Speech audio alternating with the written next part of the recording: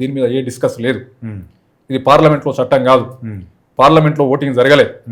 రాష్ట్రపతికి ఉన్నటువంటి విచక్షణ అధికారం 344(1) ప్రకారం ఆయనకు అధికారం ఉంది కాబట్టి అది ప్రకటించేసి కింద పెట్టింది. పెట్టినాక హిందూ మతంలో ఉన్నటువంటి దళితులకు మాత్రమే ఎస్సీ రిజర్వేషన్ వర్తిస్తుంది. అంతే. హిందూ మతాన్ని వదిలేసిపోయిన నువ్వు ఏ మతంలో పోయినా వర్తించదు.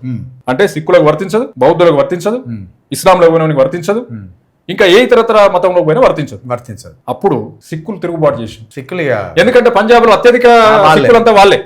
ఆ సిక్కుల్లో మళ్ళీ చెమరలు ఉన్నారేమన్నా, ఇక వాళ్ళు ఎవరు ఉన్నారని మొత్తం మీద సిక్కు దళితులు అనేటువంటి వాళ్ళు ఈ ప్రపోజల్ వ్యతిరేకించారు. ఆ సిక్కు పరిస్థితి ఏంటంటే కొంచెం అది పక్కానికి బార్డర్ ఉండేటువంటి స్టేట్. వాళ్ళలో ఈ భారతదేశం మీద కొంత డిఫరెంట్ ఒపీనియన్ కూడా ఉంది. ఒపీనియన్ ఉంటే వాళ్ళు మేము భారతీయులంగా ఒపీనియన్ తోటే ఉన్నారు చెప్పాలంటే. ఉన్నప్పుడు ఏంటంటే పోయి వాళ్ళని ఇది గెలికేసరికి ఇది సమస్య కూర్చున్నది. ఎంబడే సెట్ బ్యాక్ చేసుకురు వీళ్ళు. అమ్మాయిడు క్రైస్తవ దళితులను ఫేస్ చేయొచ్చు, పెద్ద ఇష్యూ కాదు. ఎందుకంటే వాడు ఎట్లా చెప్తే అట్లా వింటాడు, అంతా దేవుడు చూసుకుంటాలే అని అంటాడు, ఇడిచిపెట్టిపోతాడు. కానీ వీనితో అట్లా కాదు.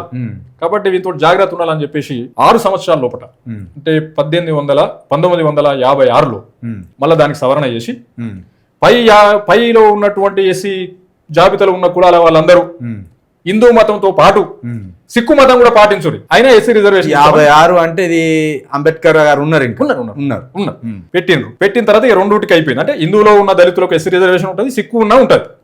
అక్కడ ఆల్రెడీ అమలు జరిగింది.